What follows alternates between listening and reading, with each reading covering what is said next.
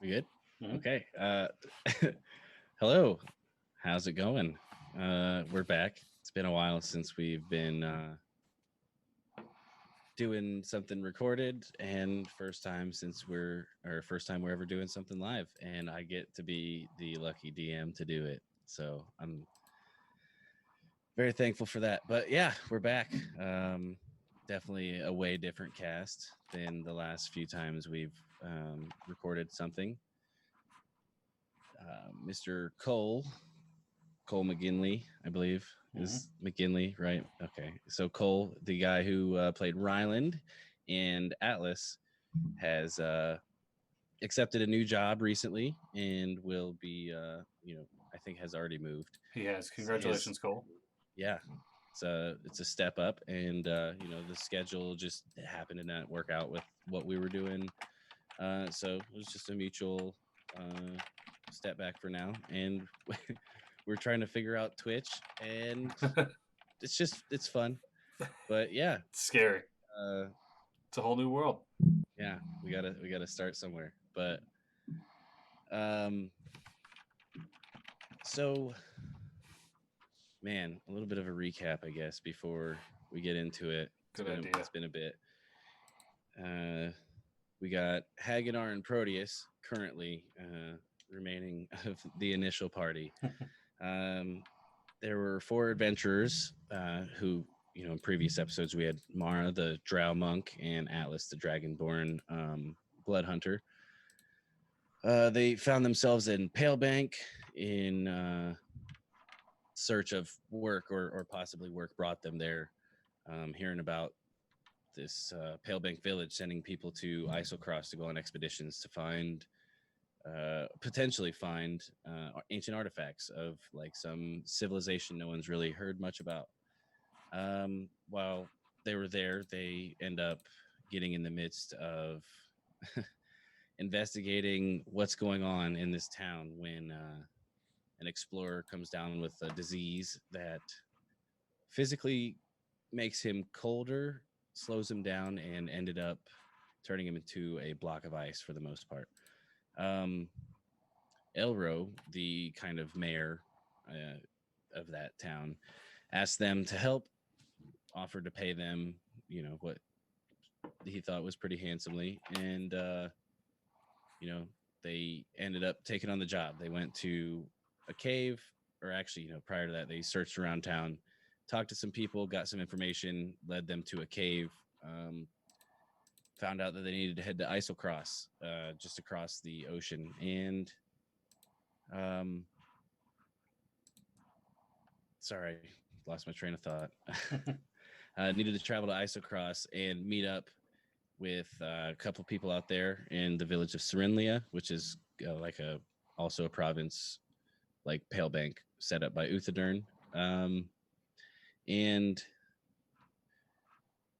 on the on the boat ride there, they this is a really quick spark notes. I'm sorry. Uh, on the boat ride there, they kind of gambled, they drank, they fought some Sahagin, they fought an avatar of what Hagadar seems to think was the Stormlord, elemental avatar, and they lost one of their compatriots. Mara had disappeared a few days into the journey, and then I believe that's everything that happened on the boat ride. Mhm. So, um, you guys are currently waking up after just arriving to Serenlia. The three of you, actually, Alice was with you. Um, and you ran into a dwarf named Morgo Delwer. And she was kind of your greeting party. She was kind of a gruff dwarf. Um, but she greeted you guys with some cold weather gear, telling you that you're definitely going to need it out here. And you did notice that it was quite a bit colder than when you took off. Even it felt significantly colder than when you were maybe just 50 yards from the shore, still out on the ocean, uh, ever since you touched the ground. So, yeah, you guys arrived pretty late at night, and Morgo showed you to a hut, letting you know it belonged to some fool who just thought that he could show up with money. Some wealthy fool, thought he could show up with money and fund a successful expedition. Well, what he funded was a trip into a saber-toothed belly, pretty much. So you guys can sleep there in that yurt for now, seeing as it has no ownership currently, and you all go to sleep. Um, Waking the next morning, somewhat similar sight to when you guys were on the ship. One of your party members isn't there when you wake up, but Atlas is one that's heavily driven by his stomach. Um, Maybe woke up a little early to get some food. He requires a little bit more gas in the tank than you guys, by sheer size alone, really. Maybe not too much for you, Hagnar. I guess you're a pretty big person. He can definitely out-eat me, though. There's no doubt about that. Especially on But, elves. Oh yeah, Fond of those elf. good old elf. So yeah, Proteus and Hagnar, you guys eventually come to in the morning. It's pretty cold, and yeah, the space where Atlas was sleeping seems to be. Looks like he just got up from bed and didn't seem to make his bed or anything like that. Gear is still there, or like his backpack. Maybe I mean like his backpack, a bedroll, blanket, that type of stuff is still out. But yeah, maybe he just got up and got something to eat early in the morning.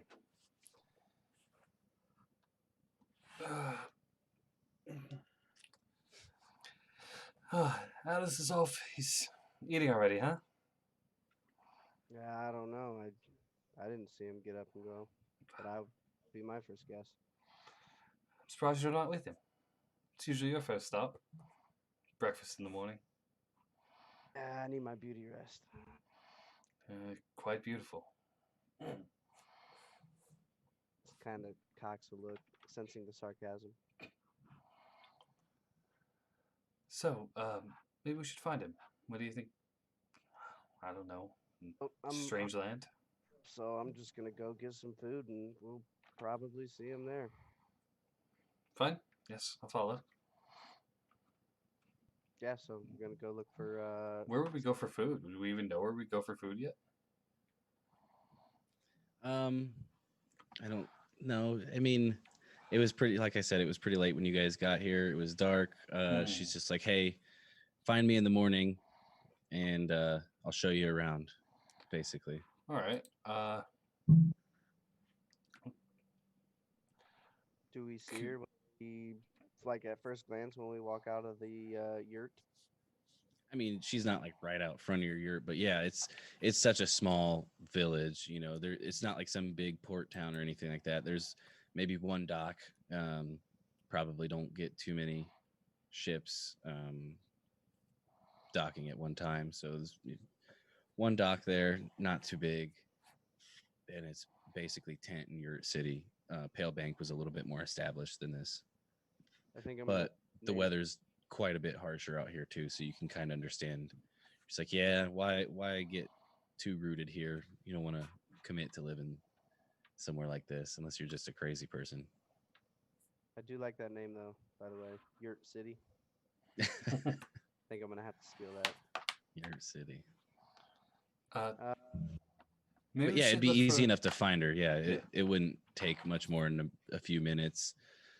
She kind of hangs around. She may have mentioned last night there's a little bit of a self-proclaimed security. Like, she doesn't leave too much. She mostly just tries to maintain order around here, but for the most part, it's so crappy in this area that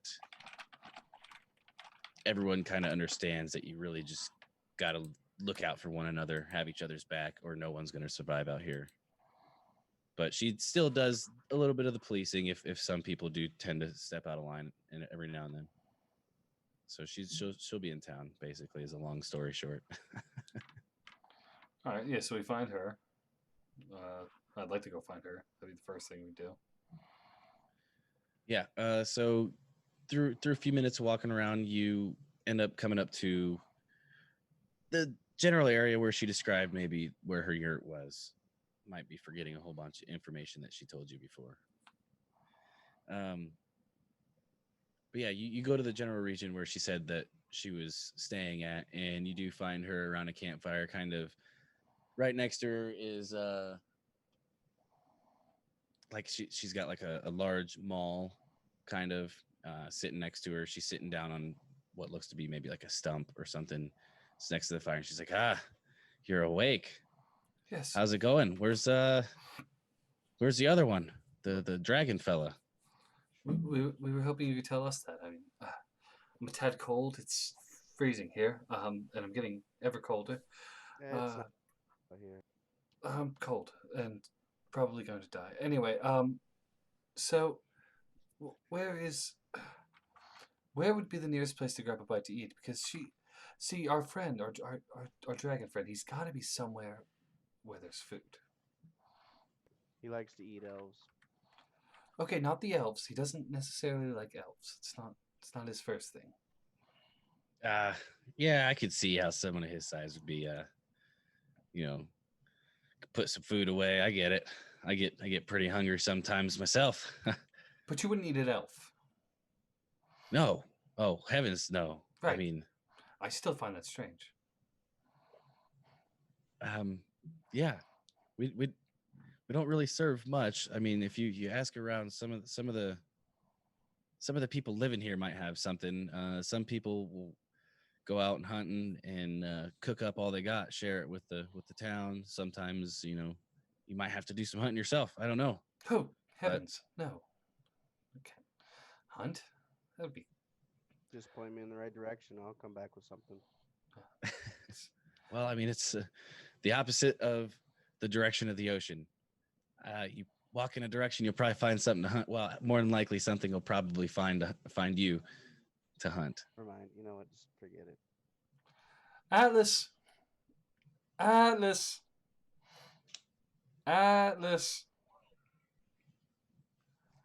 He's got to be around here somewhere. We'll just find him.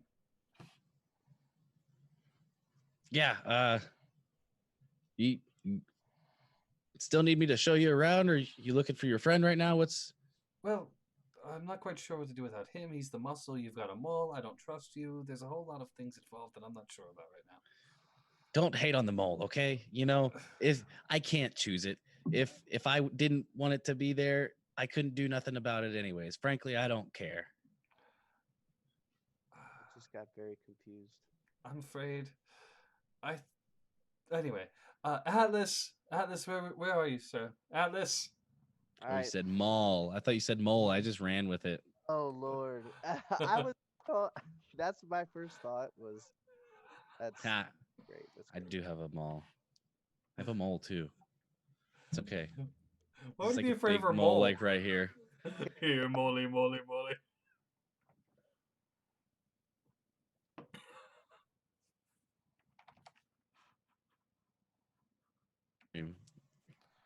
Sorry, you guys kind of cut out there. I lost you. I'm back, I think. You're alive, yes. This is good. You never went away. So yeah. What are you guys doing? I'm gonna run around yelling for Atlas. Atlas. After a few, you get like a few like distant. Hey, don't you think if he was here, you'd answer the first time? No. Shut up. Atlas. Just like from different campfires and shit. Hey, knock that off, man. We don't need to draw attention. Let's just go ask around and see if anybody's seen him. All right, it's not that complicated. All right, Atlas. Stop! I'm gonna smack him in the back. Oh. And then I'm gonna start walking from yurt to yurt.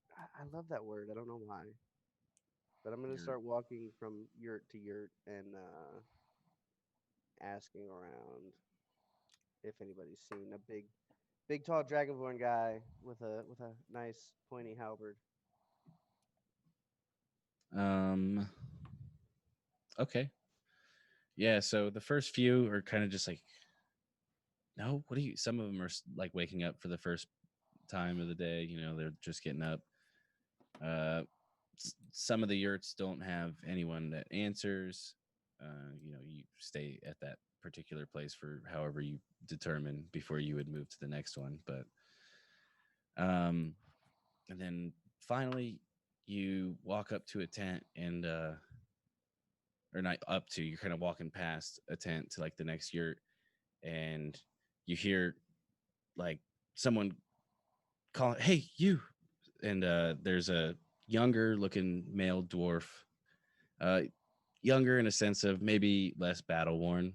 You can't really tell their age, but they seem like they're not one that's been in a bunch Like of fights like you, or like Atlas, or hell, like Morgo, the dwarf that greeted you. You guys all look like you've been pretty in a few fights. Proteus, when he gave himself the scar. But yeah, this young man dwarf doesn't seem to look as rough, but he's like, "Hey, you were looking for a dragon, dragonborn, dragon person?" Yes, we came from the sea with him. We came here. There's a woefully sick thing going on. I'm freezing cold. I'm going to die here. Uh, and we're looking for our friend because he's here to help save my life and other lives. And uh, is there any way you could help us? Did you see him? Um, well, I mean, he he saved my life last night. from I was out training. I have a few targets. I'm not a very good shot with my crossbow, and was the attacked middle. by a couple yetis, and he must. What the hell's a yeti? You guys froze on me again. Come back. Or I'm. It's just a big, like, I don't know how to describe it. They're large and covered in white fur and mean. Oh, would they Hag sound. see if he knows what a Yeti is, per se, by Huh? chance? So would Hagadar be able to remember or know, have any knowledge about Yetis or anything like that? I don't know. Roll like a nature check for me, because you mostly were kind of your Nope, tribe. No, I nothing. was gonna say Abs- your tribe mostly stayed. What was it? Like south of Shady Creek Run, north of yeah, it what's was that definitely mountain in there? definitely more southern. Yeah. Not anywhere near the cold, but Hagadar is definitely acting like there's no such thing as cold right now. Well, so this yeti. He sounds. What are so the big monsters? Oh yeah. Where in the direction was it that you were Well, when no, you I'm not going towards them. They sound like a real abomination. had Atlas just be out there by himself? Like I thought you were his friend. Isn't that what you like to? Isn't that the word that you like to toss around? Yes, Friend. but this these sound hideous. And what are they? Are they? Mm. I'll go get him. It's okay. No. I'll join you. Where are these targets? Well, I I have them set up a little bit um southwest of town, like not too far away though. Haganar's gonna take off walking southwest. No, Okay. I'm going with him. You just know you have a compass, like you internal. No, Ah, he's gonna point though. He's gonna be over in that direction, just a little southwest of town. he follows the sun, dog. He knows where the sun sets and rises. He's he lives in the wilderness, man. He What grew about the up straight out. up and down? Yeah. What about the straight up and down, dog? I want to go around it. There's nothing. So yeah, you just start beelining it in the direction that he pointed. Yes, sir. Absolutely. All right. Yeah, you start heading that way. Roll roll a perception check for me once you get, say, a few 100 feet outside of town. He said it wasn't far, but maybe 100 feet or so outside of town. You can check. 18. 18. Okay. So you do quickly spot out what he was talking about. These kind of not hay bale, but for the sake of describing them easily, like a hay bale with a target on the front of it. But it's maybe a crate. He's got like a crate with a tanned leather, like nailed to the front of it that he drew a target on. And then approaching that area, you do see quite a few like red stains in the snow surrounding near the crate and near some trees. And like there was definitely something that happened here. Like it's snow, once it all gets packed down in an area, it's hard to discern a whole bunch, but there are areas that you see footprints that you probably would have seen just from traveling in other snowy areas with Atlas, seeing as you have already, walking through Palebank Village and going back and forth to Croaker Cave. Easy enough. You'd be like, oh, those look similar size to Atlas's footprints. And then a few sets that are just significantly larger. But even then, they're not full prints that you're able to find. They're just like kind of like a toe here or the edge of the foot there. Like you get, kind of a broken up profile of what these tracks look like. And it's a little unnerving upon first inspection. It looks like he really, rung these guys up before he, disposed of them. Atlas! And I think Hagenar being in a situation before where he's seen, people that he was, adventuring with or doing missions with. I mean, he knows kind of how this stuff kind of goes. So he's going to definitely try to reassure Proteus as much as he can, I guess. Like, yeah, I'm sure he took him out, but he's fully expecting a bad scene right now. Atlas! He's gonna run up to where the blood spots are and try to see if I can make out a direction that they went after all this, whatever took place. Mm-hmm. So roll a survival check for me. You found the tracks, now you're trying to kind of find a direction that they go. 7. There's a reason why you stopped hanging out with your one friend that was always telling you needed to be a ranger when you were still with your tribe. Never really cared for the tracking. You're more like, hey, put it in front of me, I'll kill it. Hagenar doesn't know what friends are, remember? Oh yeah, you're whatever. You know what I mean. Tribe mates, Yeah. clansmen. That sounds horrible. Yeah, Not that. Tribe members. Atlas, where? Hagenar, I think he must have walked really far. So the area that we are in, is it like just essentially like flat? Is it all for the most part flat, or is there like any hills or anything around that we just might not be able to see over? It's there's some hills. It's not like super crazy hilly. It's not mountainous like immediately where you're at. There are some mountains to the northwest and further southwest, but not quite to where you're at. And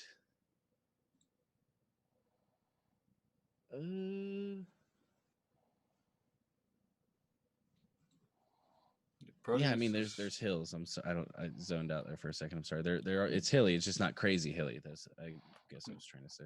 Yeah, Proteus is just gonna keep yelling out, Atlas, and then no real search going on other than just the normal like, oh, where's my lost puppy? That type. I mean, you could roll a perception, just a straight perception check if you want, because you're looking, but you're not like hardcore checking things out. Right. That's what I was gonna say too. I think he's gonna try, like, if there's like a hill anywhere close, but I just like try to get up as high as I can, essentially, and just try to look around and see if I can't see anything. That's Okay, a you can give me 14. one more too. 14. Okay. No, I, you're rolling the same one every time. yeah, I am. So far, might have to not. Law of averages. We'll see. One good Either way. but Proteus, you're kind of walking around and hollering Atlas's name. Atlas. You happen to walk by a tree that on one of the branches, just on the end of it, is a ripped piece of cloth, kind of dangling from it. Looks similar to like the cloak, similar color to the cloak Atlas had, but there's no. You may not have paid too much attention to the stitching or anything like that, so you can't 100% confirm. If it but you're involved like, embroidery, Proteus "Oh, knows it. then it looks very similar to the stitch pattern along the edges of Atlas's cloak. You might have admired it at one point, I'm sure. Then it's a man that Hagana, appreciates the finer things. It looks like he left a piece of his cloak here for us to find him. yeah, I'm sure that's what it was. I think we're on the right path. Atlas! So I'm gonna look at the ground again, see if I can see any footsteps or anything. Any clear. And so where he found it was a little bit away from where you found the blood initially. So I was going to say you could kind of walk in that direction if you were wanting to, based off of like whatever, from where the blood was to where he found the cloth, maybe walk in that line or something. Figured because you were immediately talking about searching again. Yeah, like up towards the tree, like go up to the tree and where the Sure. Give me another. Give me another perception check.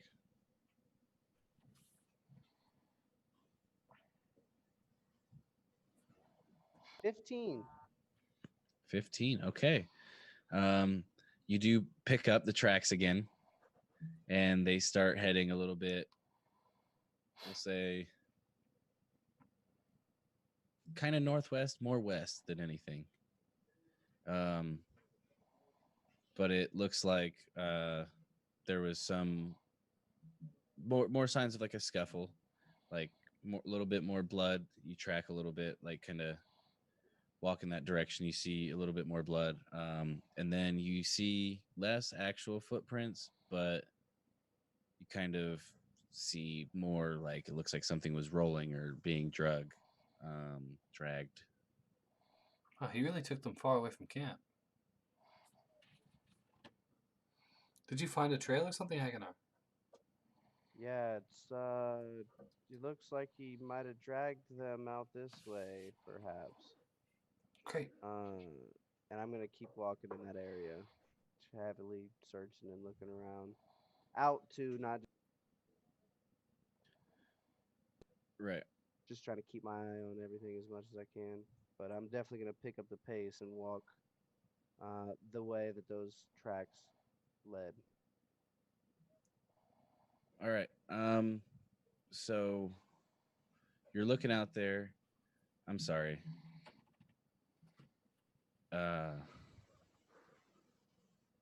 Brain fart. I'm freezing up. I'm sorry. This is bad.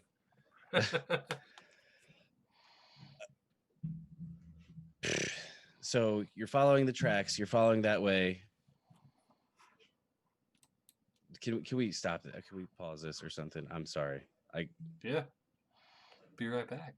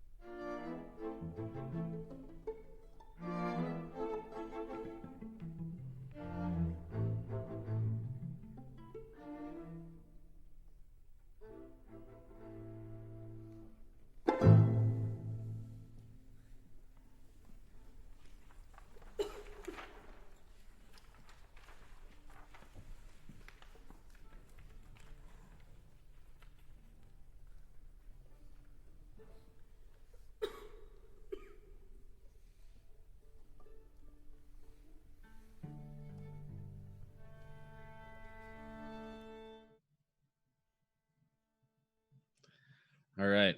Sorry about that. The the hard drive overloaded up here real quick in my brain. But we're back. We're good. I'm good. And so Hagenar had or Proteus found a scrap of cloth on the tree, and Hagenar headed in that direction and looked for more tracks. He ended up finding drag marks. So you start to follow those. You see a little bit less of a scuffle now and more just footprints ahead of you. But then a couple more pools of blood in front of you, next to kind of a larger buildup of some bushes around the base of some of these trees. A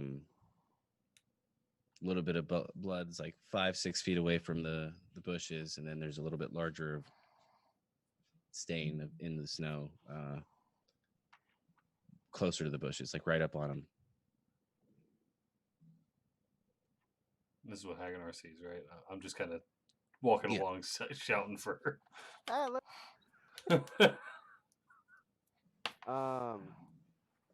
so did you say so you said there was like blood and stuff in the bushes as well?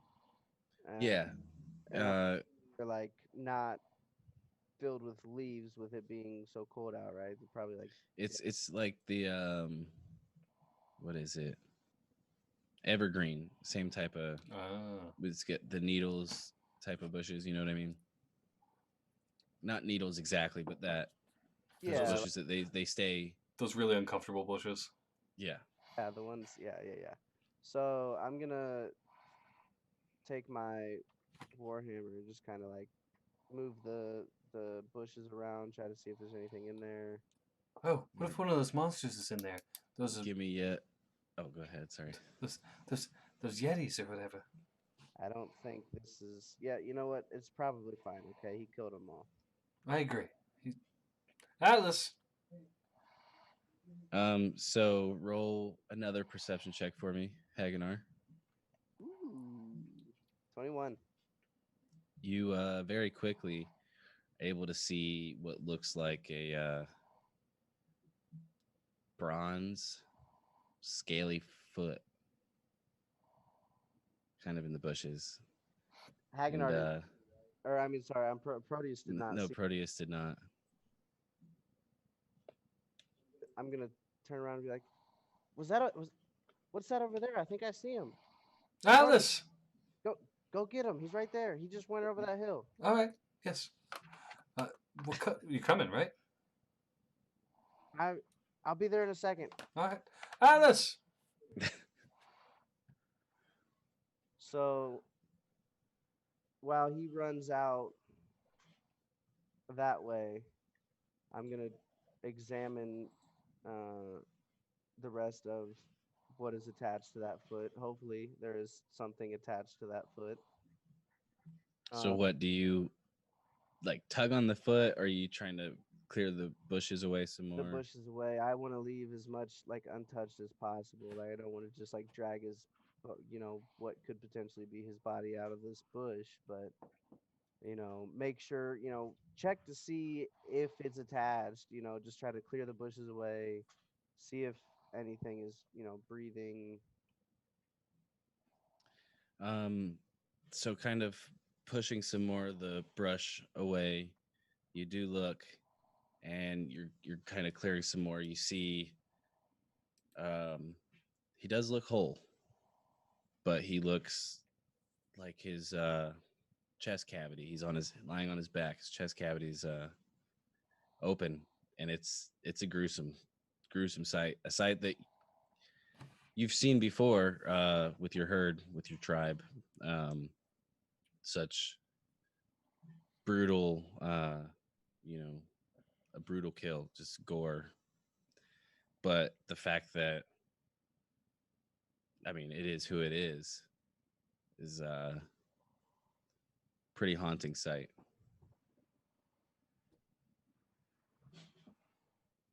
You look a little bit more, you actually do see his halberd, but it looks to be broken. The shaft of it seems to be broken about halfway down. snapped.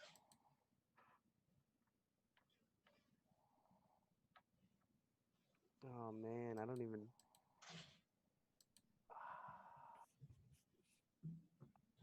All right.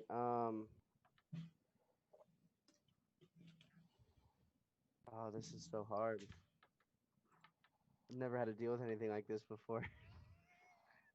Atlas. Or is definitely distraught.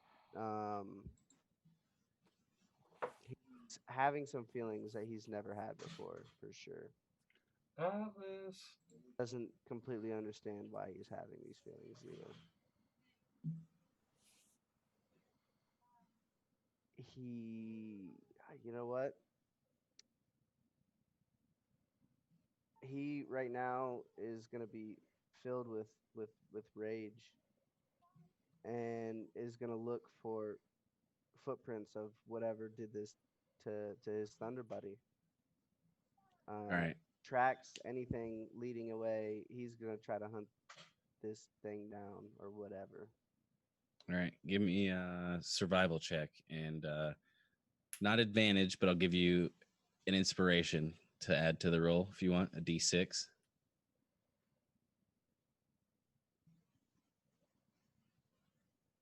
Okay, so that's a 16 right now.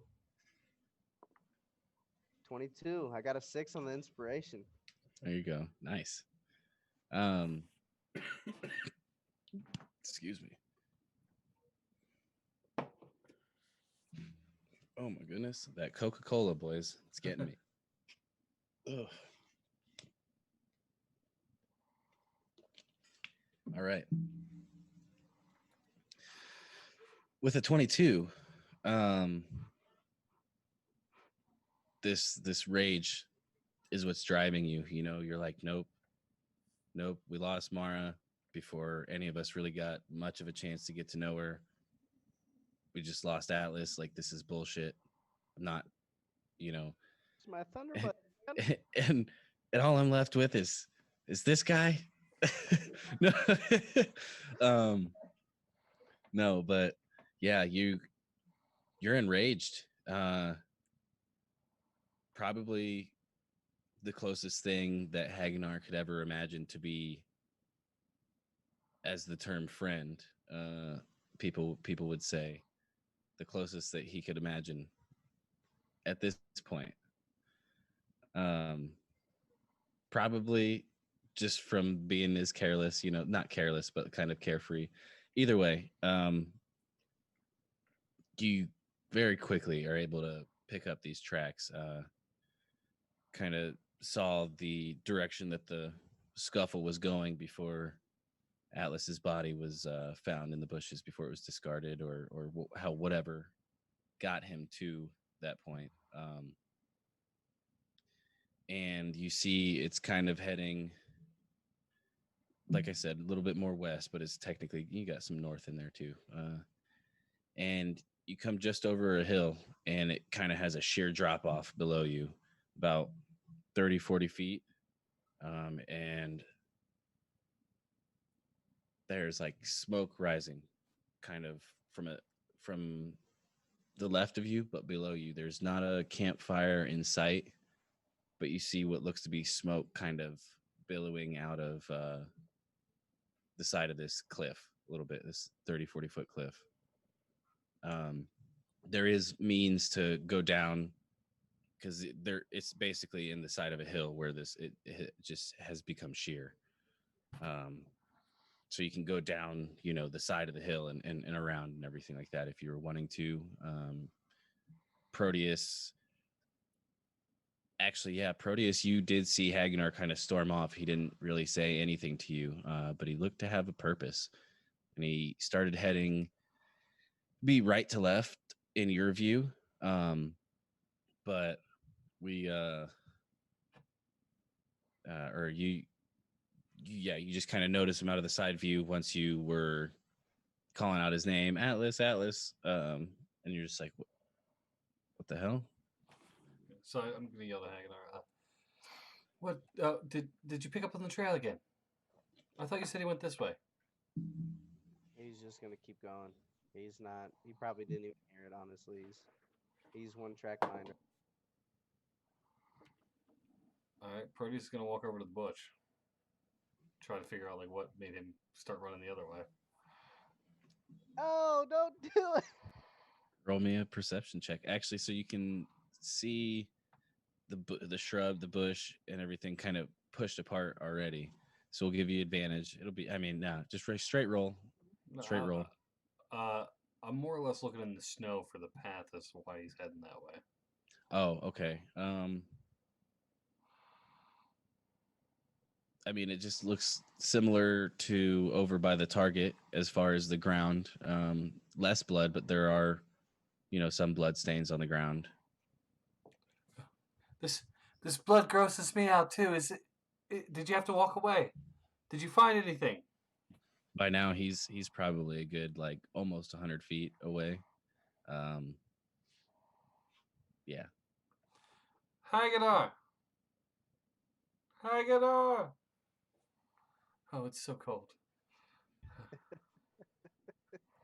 I'm getting colder by the second. Frozen. Well, I don't see anything here, so alright. I guess I'll press on. Then just follow Hagadar along. Thank God. Okay. And so he's moving with a purpose. You may have to run to keep up with him, or are you just going to walk, and when you catch up, you catch up?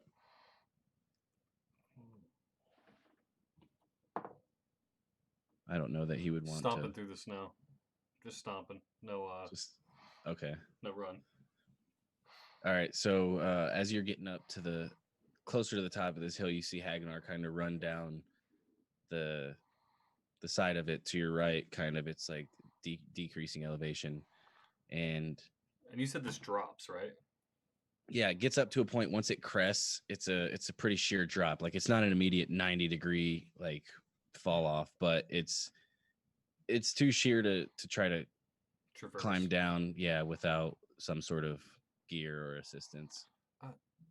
It's dangerous. We should probably turn back. I think there was something back there. He's just haul assing. And why don't you ever talk to me? He's kind of rounding the corner now, like where he would be essentially getting off the hill that you're on and kind of sloping downward a little bit closer to where actually what you see once you get to the top of it is a little bit of smoke rising from below.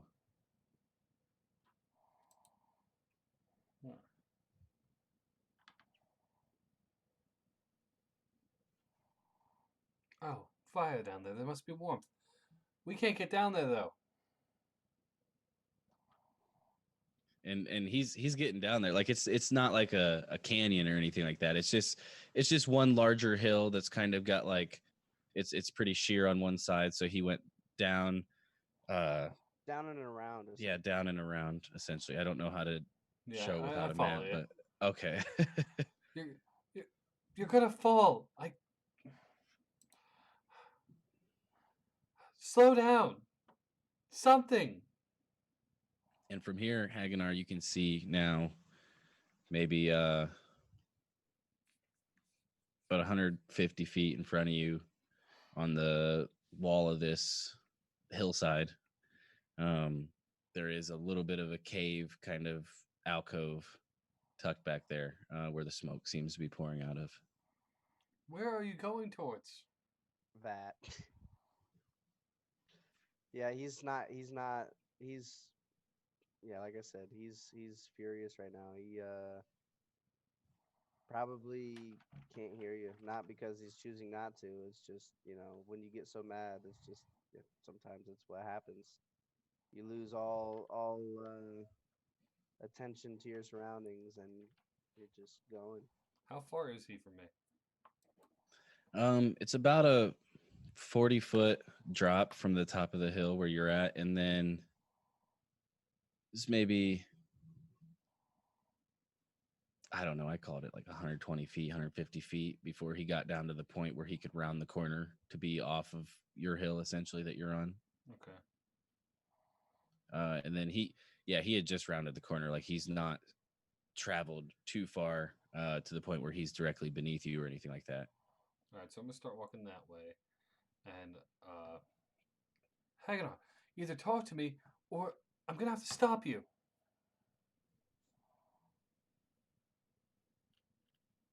He's gone. All right, I'm totally waiting until I'm about 90 feet away, and I'm ready to spell up here. Okay. Well, yeah. So that would end up happening pretty quick then, since you're walking toward him. Yeah. Essentially, you guys are walking toward each other. Yeah. So yeah, what are you doing? I'm gonna cast sleep on him. Oh, nice. Uh, Okay. Pull out your Of all viol real quick. What of all what, Dean? of all the spells, I figured it'd be like hold person or something. No, you're gonna hit me with freaking sleep. Hey man, I don't have old person. It's the only thing he knows how to do. Sleep was against Toad. All right, Yeah. 36 points of sleep at level 1 or something like that. So 5d8. Put Togi to sleep. I might not roll high enough, so don't worry. That's what I was getting at. It was Togi. 29 total.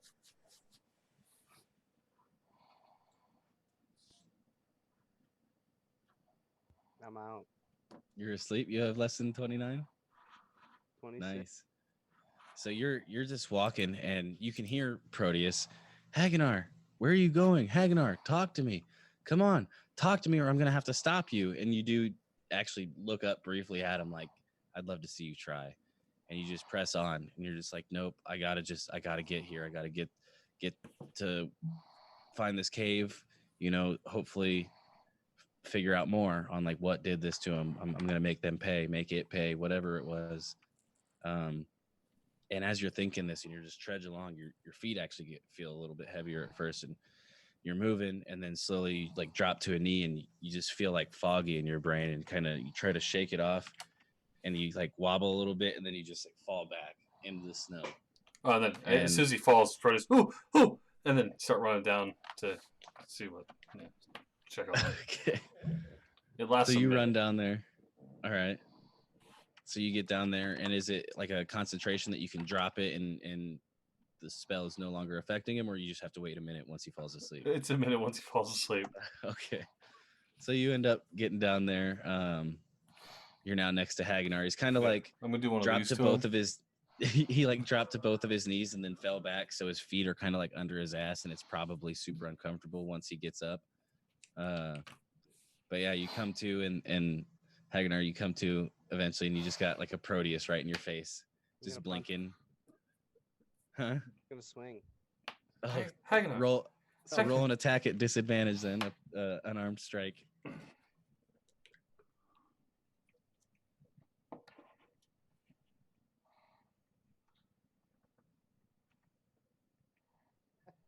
So I rolled a 16 and then a 13, so that'd be a 20 and then a 17, so 17. Unarmed strike, you're not proficient with, so it would just be your strength modifier added onto the roll. Unless it specifically says you're proficient with unarmed. It just says unarmed strike +4 to hit. Oh, if it says +4, then. Oh yeah, you. How high is your strength? 18. No. My strength is plus. Oh yeah, you're a cleric. I'm sorry. For some reason, I thought you were a fighter. How hard did you punch me in the face? So what was your disadvantage roll? It was kind of like a push. So it'd be a 17. It's either a 15 or a 17, but I'm pretty sure both hit. Does the 15 hit you, Proteus? Oh yeah. Yeah, Okay. even if it So wa- you take 1 plus strength score, bludgeoning damage. total. 3. Yeah. 3 points of bludgeoning, Proteus. As Hagunar wakes up and he sees you, he's like, ah, and just like throws a wild punch and connects with. Full strength. I will. And it's not even like on the button in the jaw or anything like that. It's kind of actually like lands on the neck area, and it's like a real uncomfortable place to take a punch. You're like, what the? Like that hurt, but that was weird. What? Come on, man. and try to figure out what just happened. I'm pretty sure it wouldn't take too long to realize Proteus saying I'm gonna have to stop you, and then me just falling out. Right. Oh, You've seen him put someone to sleep before. You kind of get an idea that Go to sleep. out of nowhere you just fell asleep, that he might have just stopped you. I'm just gonna glare at him, pull out my warhammer, and turn around and keep going. I'm walking now. I'm not running at this point, but What? Why? Where are you going? I'm just shut up. You can either come with me or stay there. I don't care. I'm just What? Why are you so determined? You said Atlas was up that way. Why are we going this way? I'm done talking, and he's just gonna keep walking. But we need to keep talking. We're a team. Still walking. All right, you're probably now, I'd say we'll call it like one turn of movement type deal through that talking if you're walking. So you're probably about 100 feet away from the opening of this little alcove. Hagenar is definitely gonna be looking around to see if he can see anything moving around. All right, Area. give me a perception check. Proteus, if you're looking to, I don't know if you're I'm just looking like at following him. Hagenar's back. 8. Okay. 8. Ended by rage right now, man. Yeah, it's not, you found your way this far, and there's only one thing that seems logical, or one, spot that seems logical to go. Oh, I see what you're going for. Maybe the people in the cave have seen him.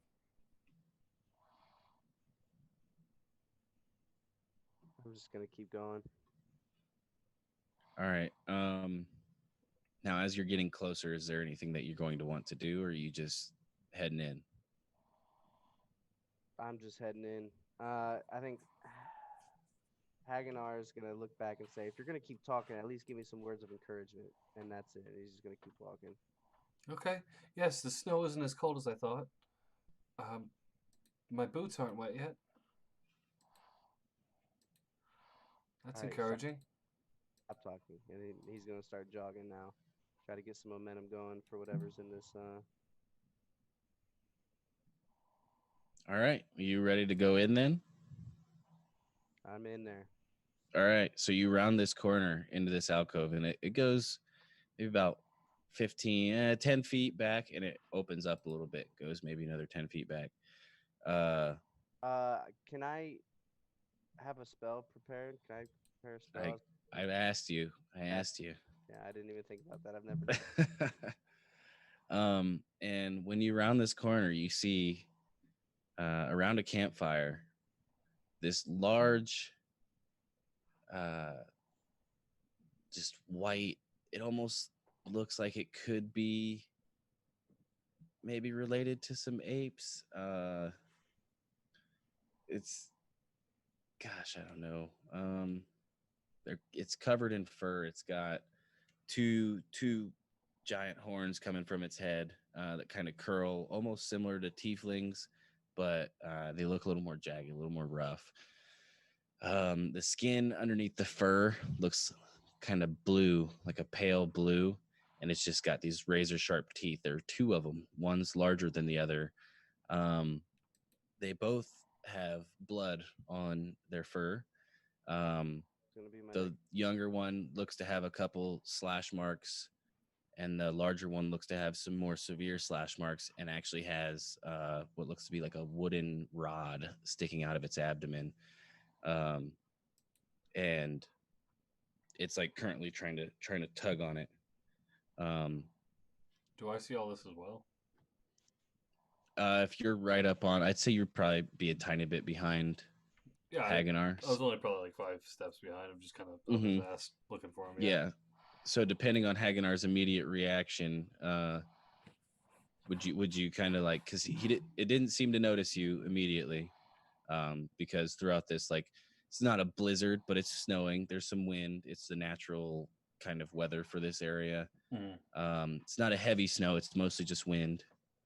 And they got a fire going on, and they rolled poorly on their perception, really, is what I was trying to dance around. But yeah, didn't quite notice you guys right away, or yet. So if you were going to give Proteus the opportunity to approach before you do anything, that's on you, Hagenar. If not, let me know what you're doing. I'm gonna cast Guiding Bolt at the big one. All right, so just before, so you're like right up behind him, Proteus, but just before you can actually peek your head around the corner, you see him release uh, this bolt of radiant energy with like electric sparks around it. Go ahead and roll an attack roll. Are you going for the larger one or the smaller one? Yes, the big one with the thing sticking out of him. Okay. Go ahead and roll an attack. Uh, At what level did you say? oh yeah.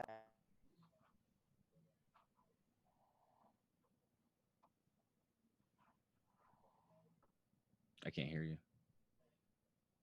I forgot to click back on here. Second level. I forgot I had multiple levels now.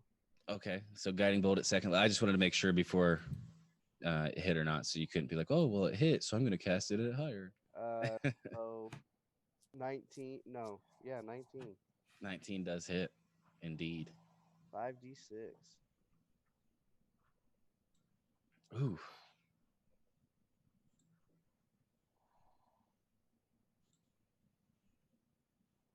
So that's a 1, a 3, and a 1.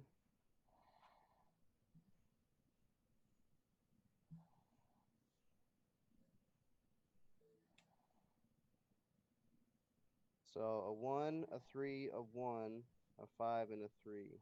13. So 10, 13. 13 points of radiant damage. Yeah. And now this larger Yeti has like an aura around him. It's kind of like a crackling light blue electric looking field that's around it. Doesn't seem to be harming it, but just makes it possibly easier to hit, easier to aim at. One might gain advantage. And yeah, you did 13 points of damage. So right there, we'll just have everybody roll initiative then.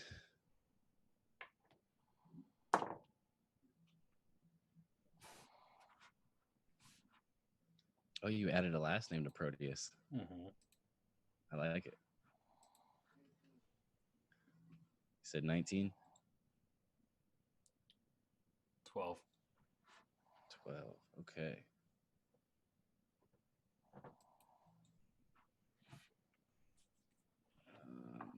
Remind me, what are your guys' max hit points right now? I can't hear you, Dean. 26. Okay. Sorry about that.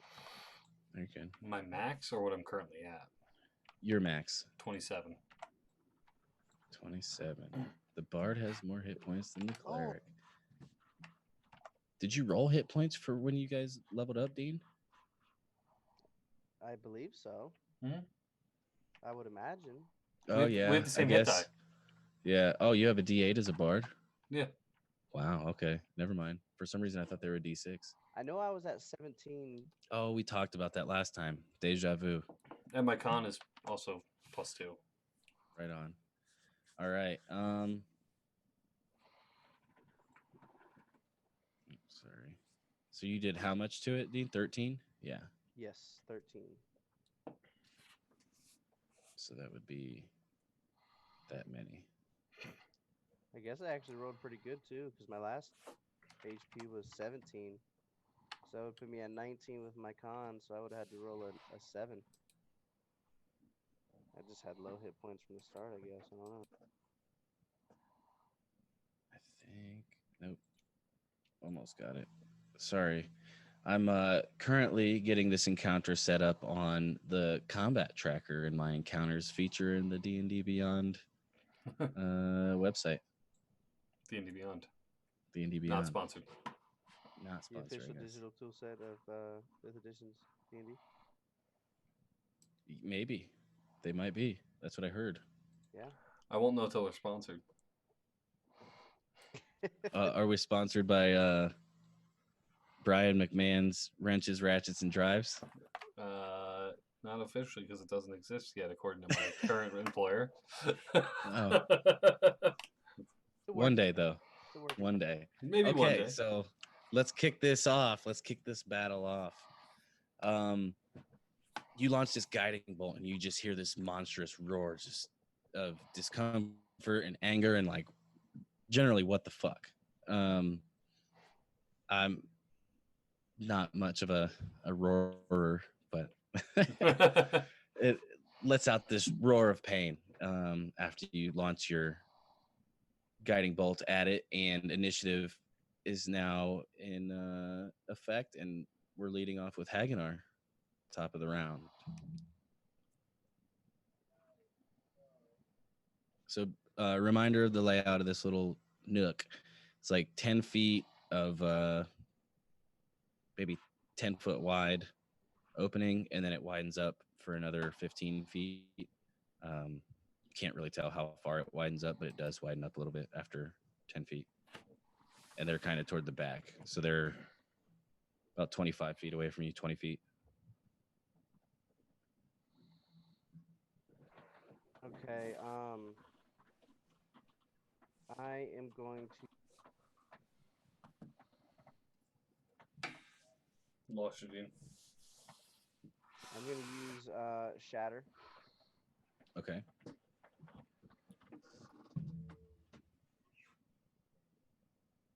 It's a Constitution save. All right. And it is. How did you say how close they are to each other? I know you said they're about 20, 25 feet away from me, but There's 5 foot in between them. okay. Each creature in a 10-foot radius sphere centered on that point must make a con save. It takes 3d8 on a failed save or half as much on a successful. Okay. So you're just putting them in between the two? Yeah, but I also have a question. I was wanting to use Channel Divinity, Destructive Wrath, to deal max damage instead of rolling, but it's for a con save. So how would that work? Would I be able It's to damage. So whenever you roll damage, you can choose to use your channel divinity. fail the save? Gotcha. Yeah. So even if it was something that they were to take half damage, you could still elect to use that channel divinity, and it would just be half of whatever your max dice would be. Okay. But yeah, so Shatter. So long as shatter is that thunder damage? Yeah, I believe it's lightning damage. No, it is thunder damage. Okay. Yeah. As long as it's thunder or lightning, then you can use it. Yeah, I got excited. That's what it was. I was when we leveled up. I saw Oh, you got shatter. You were like, I can finally use that. yeah, because the only thing was Thunder Wave. Right on. So con save for both of them. Yes, sir. First one, big one. That's a fail. It's a. Well, I'm assuming it's a fail. They rolled an 8. Correct. DC 12. All right. Second one, a 10. So both of them fail. Awesome. So I'm gonna use Channel Divinity on that for max damage, 3d8, so 24 to both. 24. Holy shit. He's mad, man. He's pissed. All right. Well, how do you want to do this then? So How does your shatter look? First of all, yeah, that's the main thing. I want to know what your shatter looks like. I haven't really thought of that yet. You know, I didn't think the first time I was gonna get to use this would be such an emotional moment for my character who doesn't understand that he actually has emotions. That's Dungeons and Dragons, folks. All right, so well, first and foremost, his eyes are gonna do the typical Lightning. yeah, but it's much more intense. Um, like typically you'd be looking at him and you'd be able to see it like almost inside of his eyes as opposed to anything like that. But like you can see like physical sparks, like Proteus. He's looking at the back of me. You could probably see like sparks coming out the sides a little bit. Um, the holy symbol on my shield is gonna just glow immensely. Um, and then you just hear this loud ringing noise, just super loud, painfully like a dog whistle, right? But you can hear it. It's just super loud. And then you just hear this boom, and you see these two Yetis just drop to the floor, and there's just crackling around them like they just got struck by lightning, but you didn't actually see any actual lightning, right? So Yeah. So you reached out, cast your guiding bolt initially. This hits the larger Yeti, and it's immediately enraged. Roar. large roar of pain and anger, and it rights itself towards you as if it's maybe going to charge. It starts to gain up a posture, and you remember the brief talk that you had with Atlas on the ship about, hey, maybe maybe Proteus is talking about this friends thing and you don't like it, but maybe give it a chance. Just as much as he's confused about your way of life because he's not used to it, you may be confused about his and how he feels.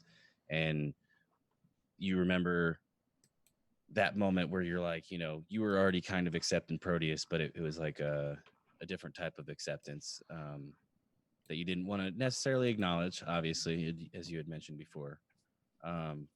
But there was something there, something Atlas kind of started to bring the group together through, basically being a dad role for you and Proteus, bickering back and forth, and I guess not back and forth. It's mostly just from you toward him. Yeah. um, but yeah, you grasp onto your shield tight that has the holy symbol of Cord on it, etched into it, carved into it. You lunge out your hand again, a lot more forcefully this time, and like you said, that you hear this ringing, and it's a brief, it's like a whee, and then there's a whoosh, what sounds like a whip cracking, and then directly in between these two yetis, there's just this burst of like wind, almost, it seems, but centralized just in this little part of the alcove where it opens up, and it actually sends both of these yetis flying toward the walls. And before they even hit the walls, there's blood everywhere. It's just, I mean, there's still corpses. It didn't completely splatter them or anything, but it was just the crack of this force, this thunderous crack was so intense that it started to blow them apart before they even hit the wall, which then kind of, splattered them a little bit. But now, about 20 feet in front of you, next to a campfire, is a lot of blood and two dead, very large, monstrous beings. The wooden rod broom handle, almost, it looked like, that was sticking out of the larger one blew out and is kind of laying on the ground next to the corpse, the remains of the larger yeti. And the fire actually isn't burning as bright. Maybe there was some splatter on that too, kind of dimmed it a little. And then Haganar's just left here standing, and he's breathing just as if he sprinted a full mile without taking a break. And Proteus, you were able to round the corner just as this happened, so you saw, and you still don't quite understand. What the fuck was that about? One brief look at these white, abominable, just monstrosities before they were just blown apart. What the fuck was that about? What is going on? What is wrong with you? They killed him, man. They killed who? You killed them? I saw you fucking kill them. What is going on? They killed Atlas. No, you said he's right up over the fucking hill. No. Why did you just kill them? They killed Atlas. He's in the bush by the tree. What bush? By what tree? No, you just killed those two. They were sitting here in this cave. What were they? Who were they? You don't even know them. If you don't believe me, go look for yourself. I don't need to look at anything other than the two things you just killed. Haganar is gonna walk over to the corpses, and he doesn't care how long it's gonna take. He's taking the teeth out of these suckers. Okay. I don't care how long it takes. If I'm there for 3 days, I'm getting every last tooth out of both of these yetis. And he's gonna make roll a. So you're going to successfully get them all out, but this is going to be a roll basically to see how many are in okay enough condition, because some of them will get chipped, some of them will be okay chipped, not a big deal, but some of them might be too small that if they get chipped, you wouldn't really be able to work them onto any sort of jewelry that you might commonly make. Roll we'll call it a survival check. Might be a more of a ranger thing to do. 13. 13. Okay. Um shit. I mean, it's not like I even know the number of teeth your average Yeti would have. I mean, is this adult Yeti? No, I'm just kidding. So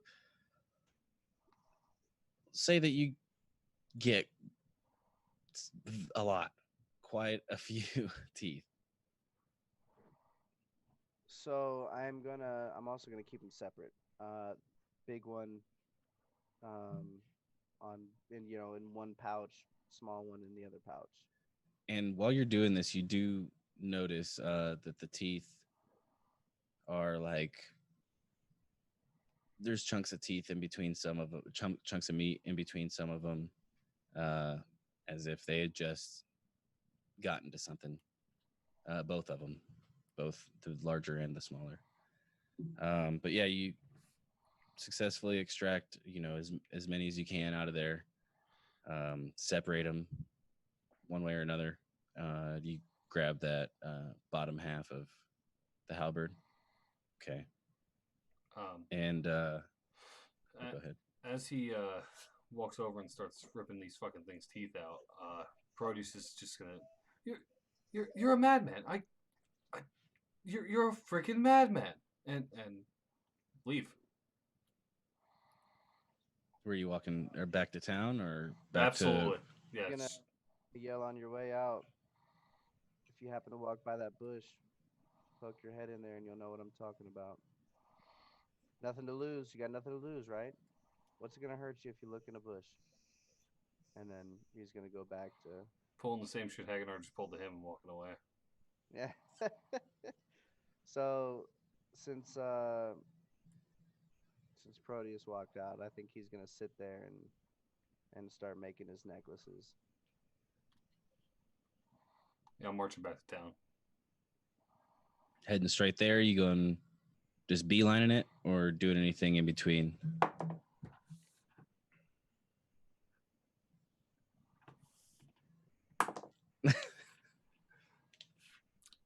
Going right to town. All right. Is there anything that you want to do after you get back? Like, it'll take a minute, but he's making necklaces, so he's got.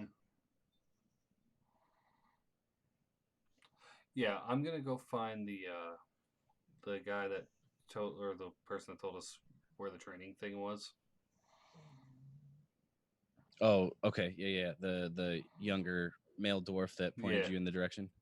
Okay. Hello. Have you found your friend? You guys were gone for a little bit. You're where's- walking with Where's me. your other friend? Walk with me now. Yeah. Oh, okay. Show me where you were training last night. And he does. He brings you to the crate that you and Hagadar had found. Walks you a little bit out of town to the southwest, like he had mentioned earlier.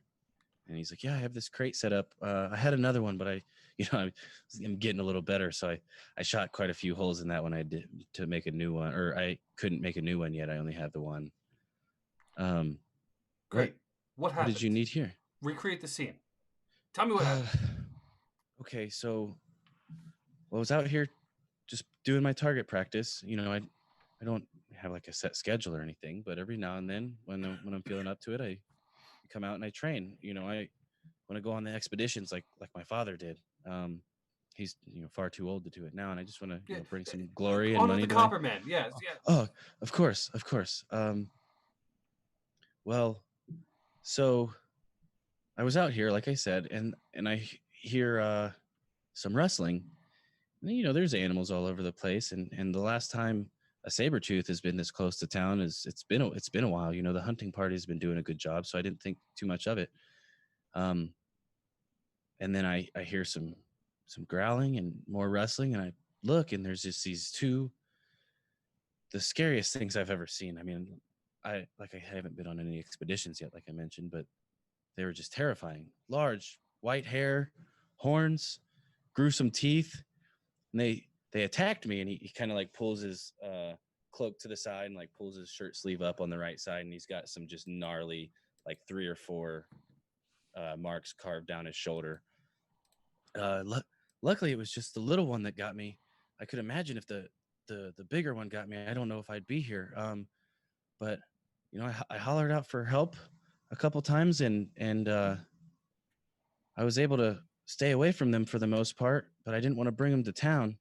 And I guess what your friend, the dragon man, he showed up and fought them off and kind of lured them away from me a little bit. And I ran. I'm so sorry. Where'd you see him go? Off in that direction, and he points in the direction of where that tree was that you found the Walk. bit of cloth. And he kind of walks up. He's like, I saw them go this way, but I ran afterwards. I don't know what happened beyond this. You're from here. You track things in the snow. You've hunted here. I'm not a hunter. I don't track. I don't survive in this shit. I just want to know where my damn friend is. Track it. Find him. I can try. Yes. Oh, that was actually not a bad roll. It's a 17. He kind of gets down. He's like, well, luckily it hasn't been snowing too much this morning, but a lot of this is kind of starting to get covered. And he's like trying to wipe away some snow, and he doesn't really find much for tracks right away. And then after searching a little bit beyond that tree, he sees some blood stains. He's like, oh, it looks like something was hit here. And he kind of gets up from, like, he wasn't on his hands and knees, but he's kind of crouched down, and he gets up and starts walking and looking at the ground. And he's like, yes, yeah. No, there was definitely, they traveled this way. And it looks like it just goes down to the larger tracks right about here. And it's next to that bush that Hagenar was at. Not right up next to it, standing next to it or nothing like that, but in the vicinity of maybe like 10, 15 feet away. He's like, this area looks to be where kind of the scuffling stopped, and he kind of just gets a little bit more of a serious look on his face. What do you see? Well, do you find anything? Where's your other friend? I don't know. He's some fucking cave killing these monsters things, and where's my other where's the dragon? Help me track him. Help me find him. I mean, the little bit of tracks that I could find that may have belonged to him that were, lizard looking and smaller than those Yetis. Those tracks seem to stop right here in this area, and just see the larger ones from here on out. So what does that mean? Did he fly away? Did he grow some fucking wings? What happened to him?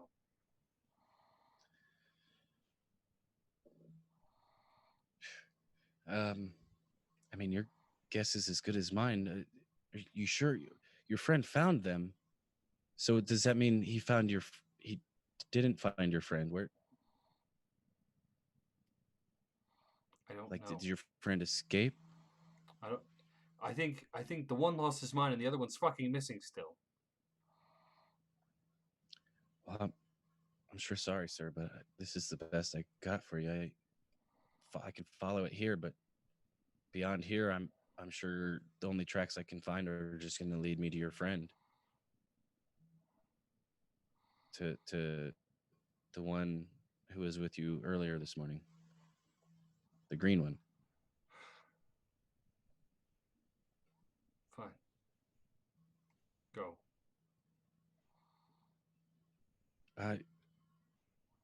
Do you mind if I stay? Maybe try to help out more as much as I can. If you think of something that I can do, I can try. Well, if you can't find him, and I don't know. I just need to find Atlas.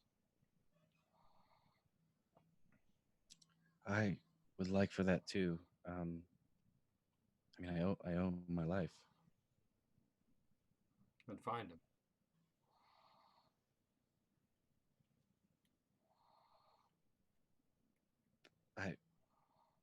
Well, where do you want me to look? I let you here. Where did you guys go after this? We went down to a cave on the other side of this cliff. My friend went into the cave and he shot some shit out of his hands and he blew things up and started pulling their fucking teeth out. He's a fucking madman. Oh, I mean, that doesn't sound too mad, really. Sounds actually, I mean, a lot of hunters do things of that sort. Teeth, skulls, Oh god. pelts. Sometimes the pelt isn't used for you know, leather armor or bags or anything like that. Sometimes, a decorative pelt on the floor. Yes, I appreciate a fine rug, but besides that, you're sick. Why would you rip teeth out of things?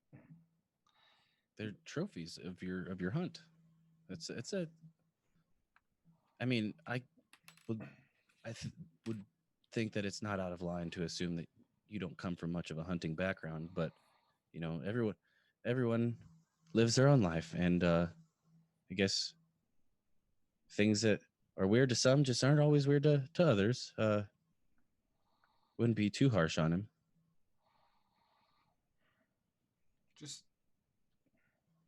I'm just looking for my friend. I'm just looking for Atlas. I don't know where he goes. Now Hagenar told me that he was up over this hill, and I started looking that way, and I didn't find him up there. But I'm terrible at this tracking thing. I don't know where to look. I don't know where to start. I don't know what to do.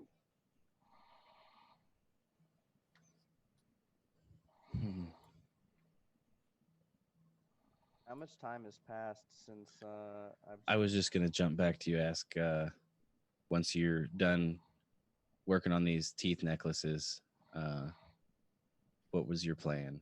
So I'm just gonna. Because through the time of him getting back to town, talking to the guy and all that, probably be a good amount of time. Like, it's not a million teeth, and you've made necklaces before, so you probably have some experience in it.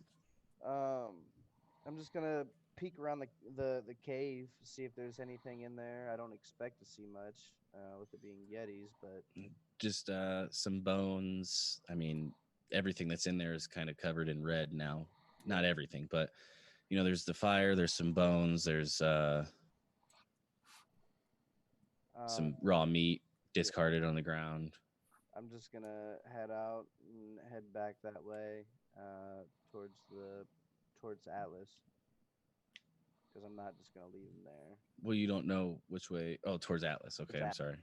Thought you said Proteus. Yeah. So you head back in that direction.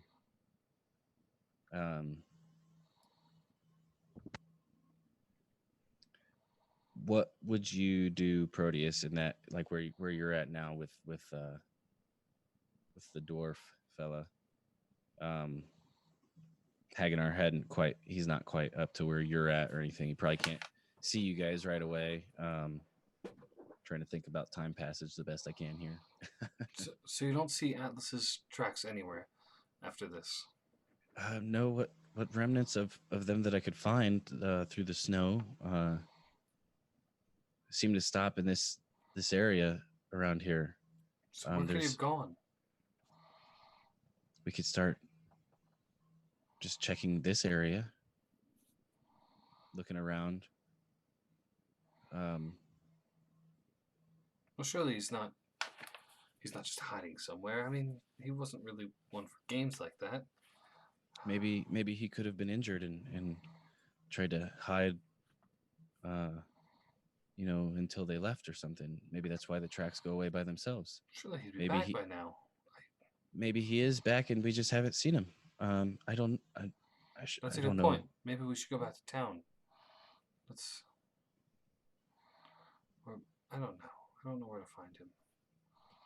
I'm lost on this adventure without. I think by now, Hagenar, you'd be approaching, like, not approaching closely, but you can see them kind of in the distance, like 100 feet away, near the bush, but not next to it. Okay. And are you looking out, Proteus, or are you just kind of checking the ground or looking at the dwarf? Which he actually would have told you his name is Neil, the Okay. dwarf. No, he's probably gonna be pretty despondent at this point and just there, not really Okay. looking. You'd be able to approach by now, Hagenar.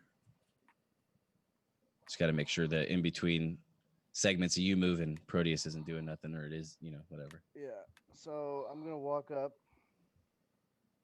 and walk up to Proteus and put my hand on his shoulder.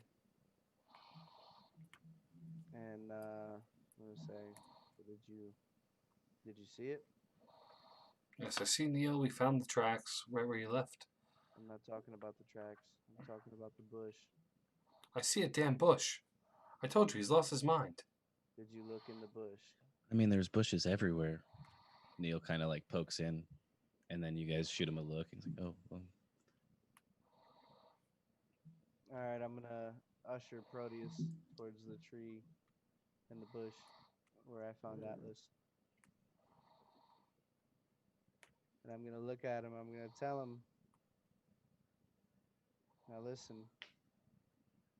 this is gonna change your life forever. All right. But I need you to keep it together. I don't need you running off like I did.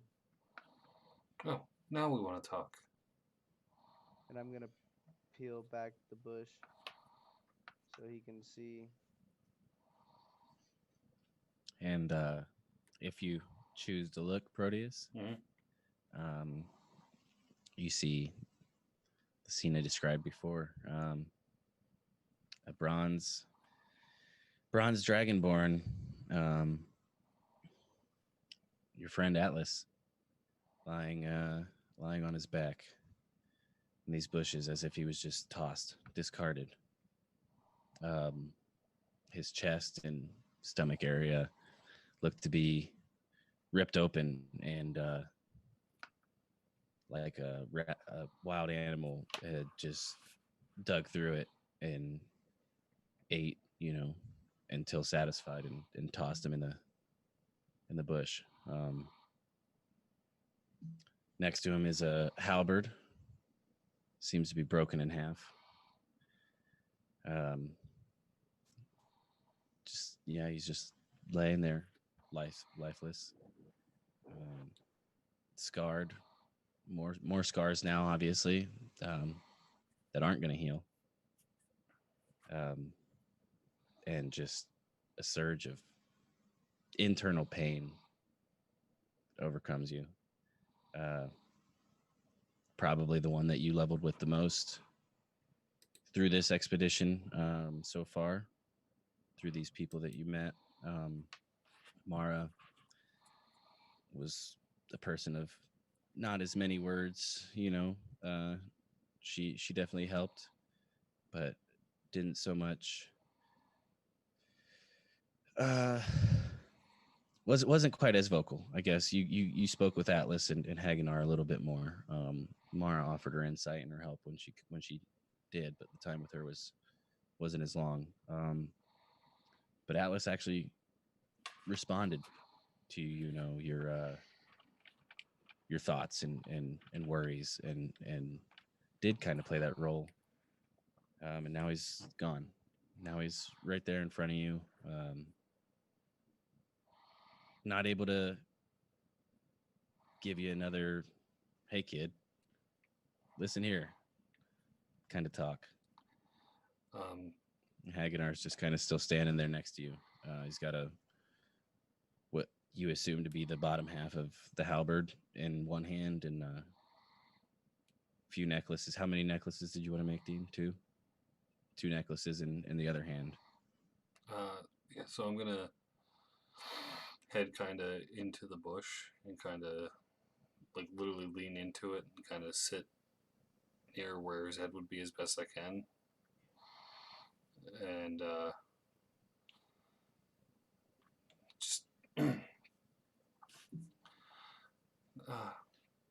no, Atlas, you went on without us. The team, you talked about this. We were your friends. You're my friend that I was going to sit down and share stories with, share memories with. The grand adventure. You were telling me about it. This is it. This is the adventure. Do all roads on an adventure lead to something like this? Death?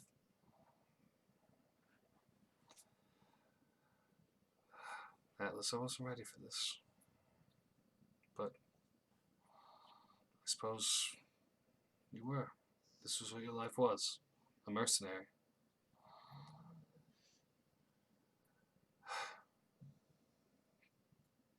I'm sorry, my friend.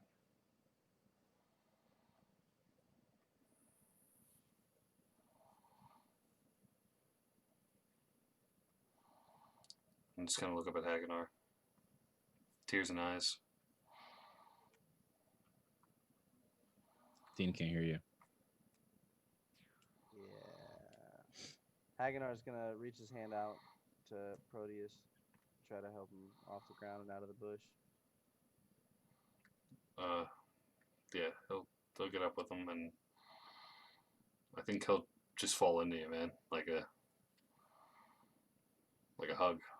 So he's not gonna push you away. Is it like one of those where you're like, Doesn't know what to? It's one of the fight with my hands moments. yeah, yeah. Someone comes in and hugs, and you're just kind of like, Yeah. So, just thinking back to what Atlas talked about, he's not gonna do anything that would be considered normal to him. Basically, he's not gonna push away. He's not gonna smack him or call him a name or anything like that. But as soon as he starts to loosen up his grip on Hagenar, he's definitely going to back away. And he's going to look at Proteus and say, give me your necklace.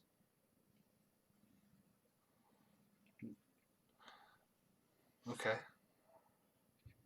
So he's going to give Proteus one of the two necklaces that he just made, the smaller one. He's going to put that necklace around Proteus's neck, and he's going to put his on as well, and he's going to say, now these aren't trophies today. These are not trophies for the win, the kill that we got. That's not what this is. This is a momentum to Atlas. These are to remember Atlas by. And if you really consider him your friend, you will never take that off. Why would I want to wear the teeth of something that killed him?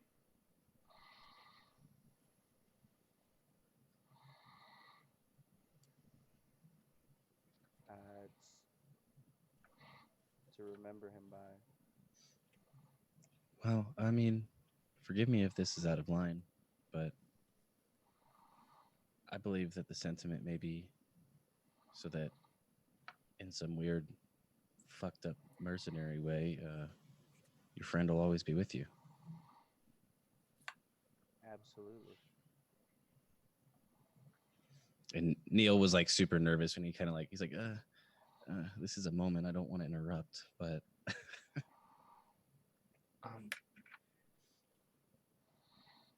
Yeah. Can I?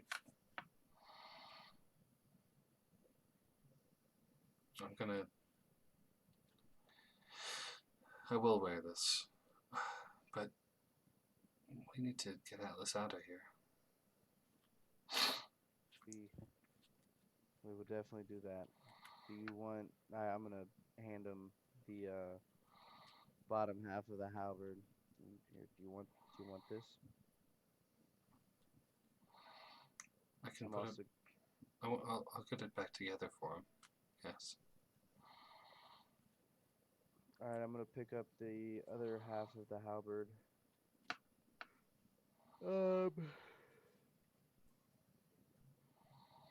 And then I would imagine. So what? We should go back to town and try to find something to carry him back with, like a sled or a. Yeah. You know, you guys do take the time. Excuse me. Head back to town. Like I said, it wasn't too far away. Get, you know, probably a sled would be more common than a cart out here with as much as it snows. So yeah, some sort of sled system. You inform Morgo of what happened, and she sends a couple glass blades with you to help recover the body of your friend. On the way back with the body, I'm gonna grab that piece of cloth off the tree that was dangling there. Okay, Just pocket it. right on. And yeah, you guys transport him back to the town, and Morgo is there waiting, and she says, well, the best we can offer for you right now is I can arrange to have some workers build a pyre for him. Not a pyre, like a. Is that the word I'm thinking of? Mhm. Pyre. Believe Yeah. so. It's typically how we honor our fallen out here. I mean, don't want to disrespect. So whatever you choose to do is up to you, but we will gladly help in this. Haganah, Yes.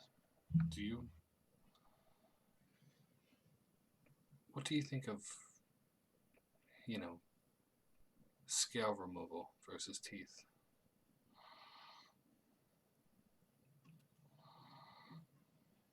I could give it a go.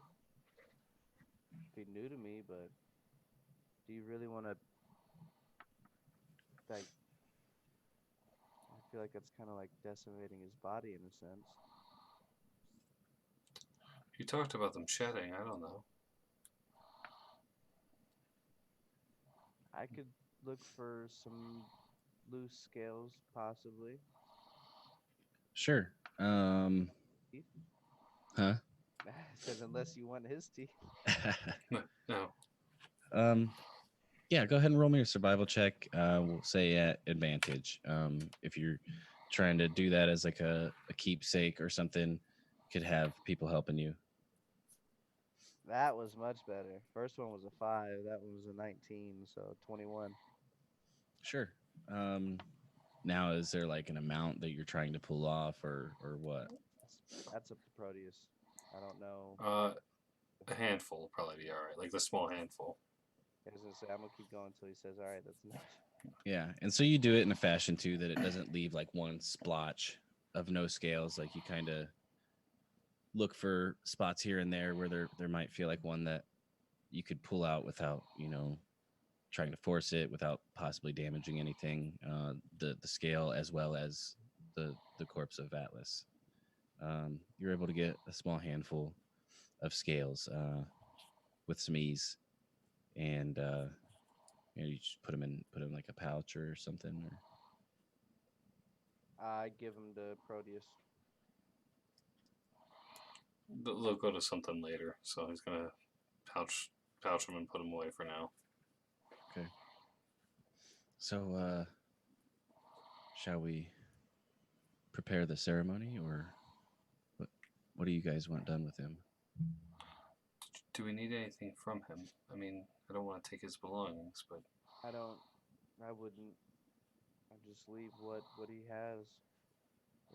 He Well- died. He has, and he can have what he has in the afterlife. there's one thing that I think he would want. You're a mercenary, Haganah. Correct. And when a mercenary dies, they lose all their life's gold. And that's all you guys were about. He wouldn't want gold burning, I can tell you that for sure. That's a good point. I don't want it, but it's yours. You guys had that bond over this line of work. Okay. So, excuse me. I'll grab what gold is in his belongings, and of course, I don't know that offhand. We're gonna have to get a hold of Cole for that one. I have D&D Beyond. I can get in there. Oh yeah. Check his character sheet. Right. But yeah. Other than that, ceremony it is. Mm. Was my first thought too. So you bringing it up solidified my idea of So. Okay. So the remainder of the day is spent in preparation to basically a farewell ceremony for Atlas. You guys aid in the collection of, some wood to stack for this pyre, something to build, kind of like a rack for him to lay on top of, getting everything assembled. While you're in the process, some of the workers are kind of asking about him. How he's a good man. He's doing this ceremony. He's must have done great things for you guys, and just things of like condolences, sorry for your loss, stuff like that. And starting, throughout the process of getting everything ready, it's getting later in the day.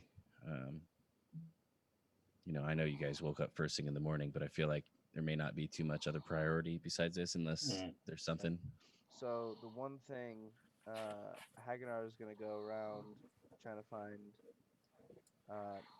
meat, bunch of meat to burn with him.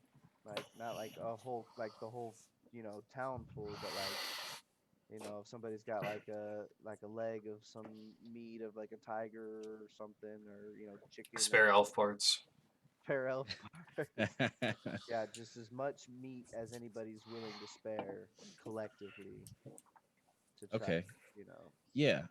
You go around and ask, and there would be some people that, gladly they'll toss a little bit in. Like it's not much at a time, but a little bit of something here and there. Like, oh yeah, I'll always, honor a fellow adventurer, a fellow explorer.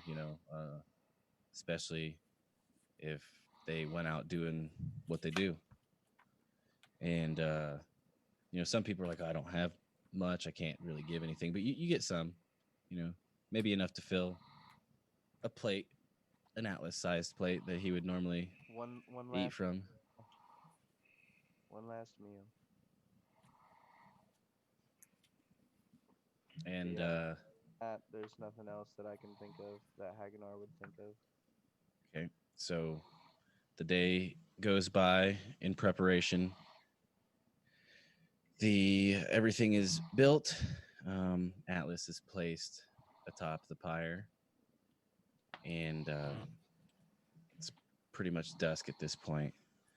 Now, as far as belongings, like his pack is up there with him, like armor, cloak up there with him, weapon. Everything. Halberd, no.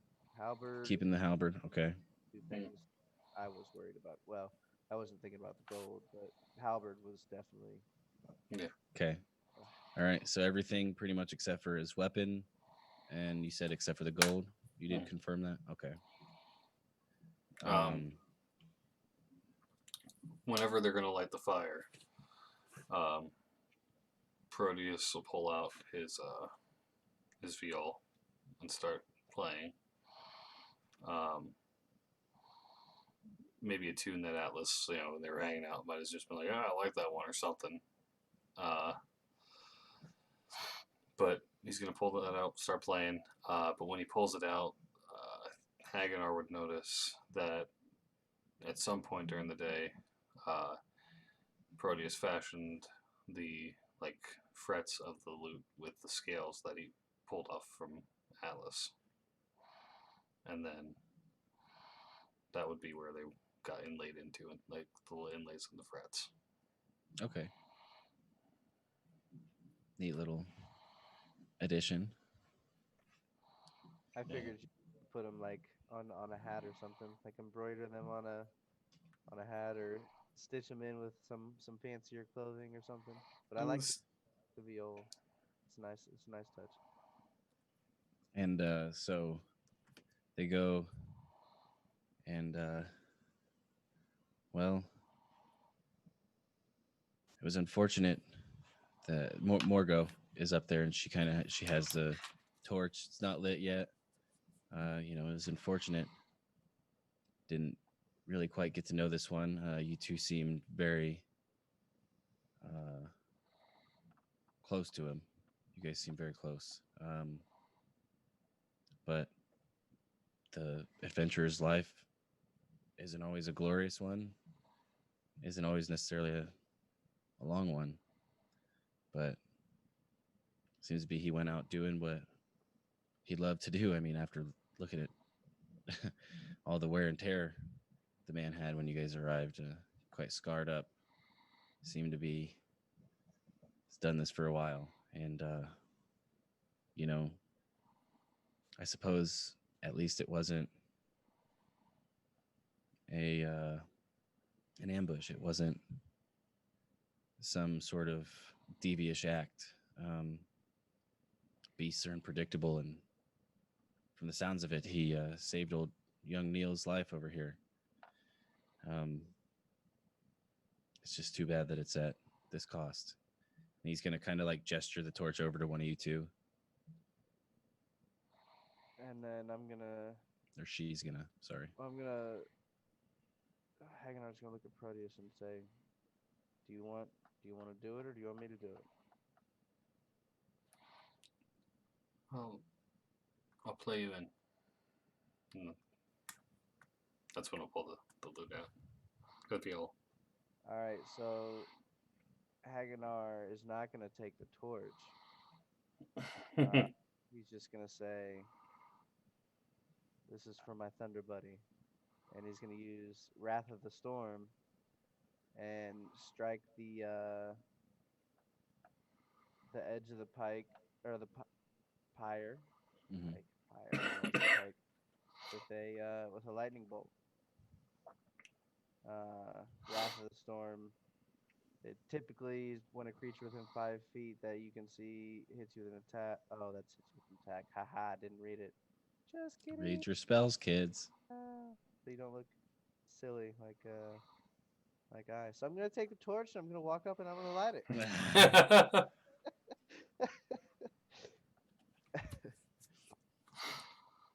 Okay. So you do that. Proteus starts playing some music on his viol. Everyone kind of bows their head in respect as it starts to catch. And after a few moments, the fire spreads around the base and starts to catch the higher levels of it up. And just see the shadowed figure, you know, through the flames of your friend Atlas Wildstorm, your Thunder Buddy, your kind of unexpected life mentor, father figure, maybe older brother figure, but above nothing else, someone you guys have grown to respect and care for. Between the two of you, after the first song is over, you, Haggnar, you feel a tap on your shoulder, and then the both of you hear a voice. I'm sorry for your losses. However, I believe I was sent to find you guys, or at least find one of your friends. I'm looking for a Mara, and you both turn and look, and you see a red tiefling dressed in like gray and blue clothing. Not quite robes, but kind of some baggier looking pants and like a sleeveless upper part of like a what's it called, a gi that you would wear in karate. Yeah, blue trim. It's mostly gray. There's some, blue throughout the outfit as well. And that's where we're gonna end the session tonight. Goodbye, my friend. So, Cole, we miss you already. It's a loss in our campaign. And in our hearts. And in our hearts. No, I mean, Cole's still very much alive. You're very much alive. For any of you FBI that's listening. No, yeah, it was just, hey, better job. Schedules conflict. I definitely get it. And still look forward to being your bro, Cole, if you're listening or will listen. But with that being said, it's 1 a.m. and we got a stream done. I mean, there was a DM freak out in there somewhere, but all in all, thank you guys for watching. If anybody you watched it on YouTube afterward. Yeah, we're going to keep at this and keep the story rolling. Next week, we're going to have a changing cast again, except for it'll be an addition. I promise. No more Wildemount characters are going to die yet. So hopefully you enjoyed it. It was a pretty fucking deep session, pardon my language. But that was intense. Had to play it out. Play Atlas Wildstorm out and let him move on to whatever is next for him. Yep. And with that being said, everybody, we're going to take off here. So until next time, stay dapper.